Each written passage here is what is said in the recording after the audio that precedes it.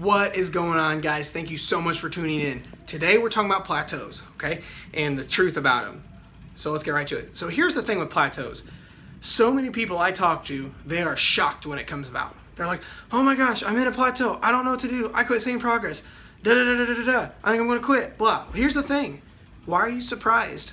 Being surprised when a plateau rolls around is just like being surprised when your gas tank goes empty. It's part of the process. You're going to plateau.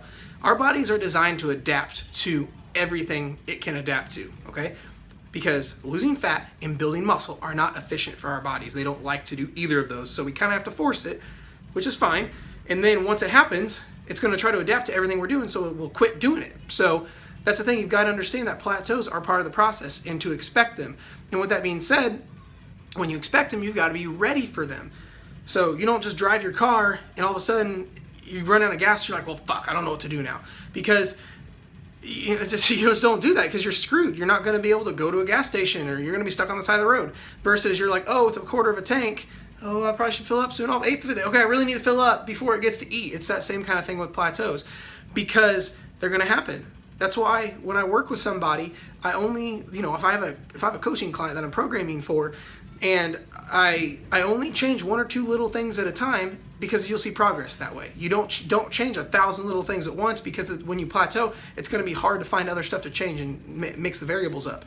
That's why when I design a program for somebody, what I do is I only change one or two variables, and then once they'll see progress, and then once they start to plateau, right as it starts to slow down, I change one or two more. And then boom, more progress, and they start to plateau, then we change one or two more, boom, and then that's how the cycle goes. But that's the first thing with progress, or it's not progress, that's the first thing with plateaus. You got to understand, they are going to happen. It's how our bodies are made. Now here's the other thing though. Most people I talk to aren't in a plateau. I was just talking to a coaching client about this the other day, and she was like, oh, I don't know what to do. I'm plateauing. I'm not sure. And I said, okay, well, tell me what your stuff looks like. What are you doing? And she happened to quit tracking her nutrients. She kind of quit pushing it as hard in here. And, she'd been starting to do this for a month or 2 months. And so the fire started to go away a little bit. And then, then she wonders why her progress has slowed down. When the truth of the matter is, most people I talk to aren't in a plateau. They either took their foot off the gas and have started to get lazy and not as consistent. Went from tracking their nutrients and getting all their workouts in a week and strength training and everything. And then they're like, oh, I don't know what to do. I plateaued.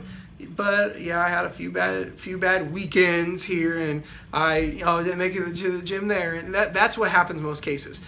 Most times I see 9 times out of 10, you're not in a plateau. You either got lazy and you're starting to slip up and you're not consistent anymore, or here's the other reason. Number 2, you're not being patient. I had someone tell me, they're like, I had some guy hit me up today, want to start working with me, and he said, I want to judge our first month, my progress on our first month if we're going to continue. I'm like, dude, you don't get progress in like night and day change in your first month.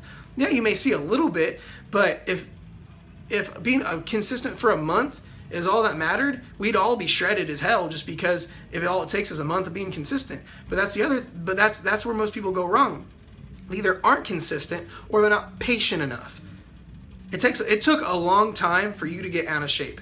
It took time, effort, and consistency of doing the wrong things to be fat, to be overweight, to be out of shape.